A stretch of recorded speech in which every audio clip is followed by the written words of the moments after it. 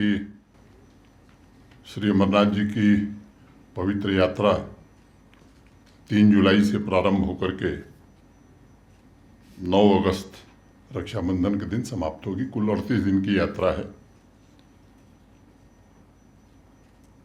आप इस बात के भी गवाह हैं कि पिछले 3-4 वर्षों में यात्रा में श्रद्धालुओं की सुविधाओं की दृष्टि से निरंतर श्राइन बोर्ड ने, जम्मू कश्मीर प्रशासन ने प्रयास करके सुविधाओं का काफ़ी विस्तार किया है।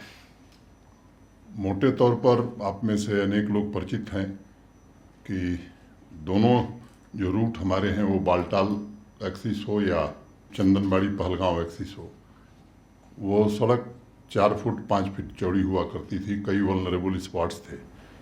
पिछले 2-3 वर्षों में अब लगभग वो सड़क 12 फीट चौड़ी बना दी गई है और जहाँ भी वल्नरेबल स्पॉट्स थे वहाँ क्रॉस बैरियर्स, मजबूत रेलिंग।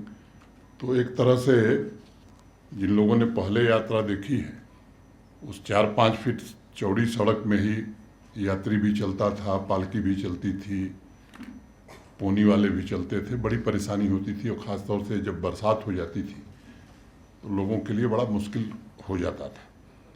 तो उस दृष्टि से मैं कह सकता हूं कि लोगों को पिछले बार भी जो फीडबैक मिला था, यात्रियों से फीडबैक मिले, इसका सिस्टम पिछले 3 वर्षों से उन्होंने प्रारंभ किया था तो उसकी काफ़ी अच्छी सराहना हुई थी। ये भी आप सबके ध्यान में है कि RFID बेस्ड ट्रैकिंग का सिस्टम 3 साल पहले स्थापित कर दिया गया और eKYC के बाद ही RFID कार्ड सभी श्रद्धालुओं को, माने यात्रियों को, सभी सर्विस प्रोवाइडर्स को दिया जाता है। लाइव फीड के लिए हाई क्वालिटी कैमरा भी पूरी तरह से लगाए गए हैं। Integrated command and control centre एक राजभवन में चलता है और दूसरा पुलिस का एक सेंटर है जो निरंतर चलता रहता है।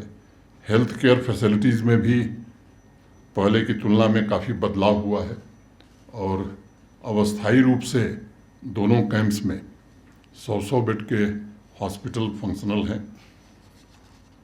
पावर सप्लाई के इंफ्रास्ट्रक्चर की मैं बात करूं तो पहले वहां ग्रिड पावर नहीं थी, अब बालटाल एक्सिस से पूरी तरह से ग्रिड पावर है और जो दूसरा रूट है पहलगांव चंदनबाड़ी वाला, वहाँ भी पंचतरनी तक, होली केप से पंचतरनी तक ये ग्रिड पावर उपलब्ध करा दी गई है। जो शेष हिस्सा है मैं उम्मीद करता हूँ कि इस वर्ष उसकी भी स्वीकृति हो जानी चाहिए। स्वच्छता के मामले में भी उपलब्धियां मैं कहूँ कि उल्लेखनीय रही हैं। पहले श्राइन बोर्ड ही स्वच्छता अभियान या स्वच्छता का काम देखता था, अब जम्मू कश्मीर का जो रूरल डेवलपमेंट डिपार्टमेंट है और अर्बन डेवलपमेंट डिपार्टमेंट, ये अपने अपने एरिया में पूरी तरह से स्वच्छता के काम से जुड़े रहते हैं और अब तो पिछले 2 वर्षों से कचरा मुक्त और सस्टेनेबल तीर्थ यात्रा यानी 0 लैंडफिल का लक्ष्य हासिल किया गया। अनेक प्रकार की अन्य सुविधाएं भी यात्रियों के लिए प्रारंभ की गई हैं, चाहे शू रैक हो, क्लॉक रूम हो, हेलमेट का डिस्ट्रीब्यूशन हो, ई-रिक्शा की भी सुविधा प्रदान की गई है और जो पशु हमारे या घोड़े या खच्चर जो चलते हैं उनके लिए पिछले साल से चारा की भी मुफ्त व्यवस्था की गई है। पवित्र गुफा पर प्रसाद के लिए सेल्स काउंटर बनाए गए हैं। खराब मौसम में भी यात्री ठीक से रह सकें, इसके लिए अस्थायी रूप से यात्री निवास का